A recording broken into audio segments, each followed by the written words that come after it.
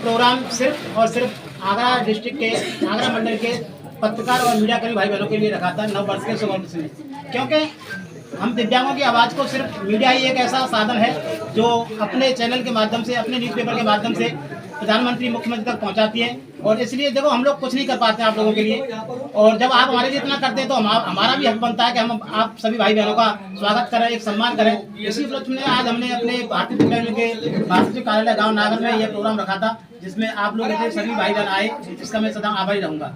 दिव्यांग यूनियन क्या क्या जो है नीतियाँ, देखो दिव्यांग यूनियन की नीति तो देखो आप भी देख रहे हैं, आगरा डिस्ट्रिक्ट में बहुत सारी संस्था चल रही हैं कि पूरे ऑल ओवर इंडिया में बहुत सारी संस्था चल रही है, लेकिन हमारा एक ही मकसद है कि दिव्यांग भाई बहनों को जो नीचे पड़े हुए हैं उनको अपने पैरों पर खड़ा करना और अपने पैरों पर खड़ा करके उनको रोजगार दिलाना, रोजगार दिलाकर उनको उनका जीवन यापन सही से चल सकेगा। इसी उद्देश्य से हम आगे बढ़ रहे हैं।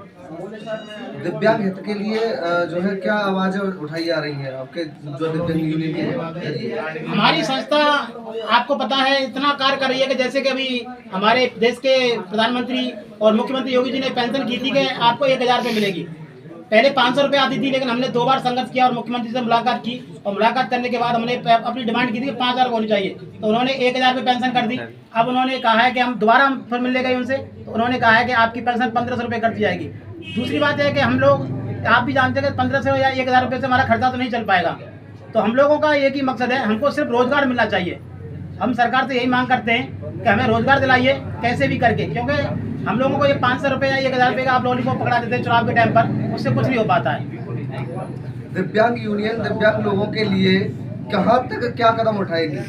अगर हम सभी आगरा जिले के जहाँ की तक कि हम तो राष्ट्रीय लेवल पर कार्य कर रहे हैं, और सभी दिव्यांग भाई बहनों को एकत्रित करके हमारी मांग एक ही है कि हमको रोजगार मिलना चाहिए, सबसे इम्पोर्टेंट मांग है। दूसरी मांग यह है कि हम लोगों के लिए पेंशन कम से कम 5000 रुपये होनी चाहिए, 1000 से बढ़कर। एक देश एक पेंशन।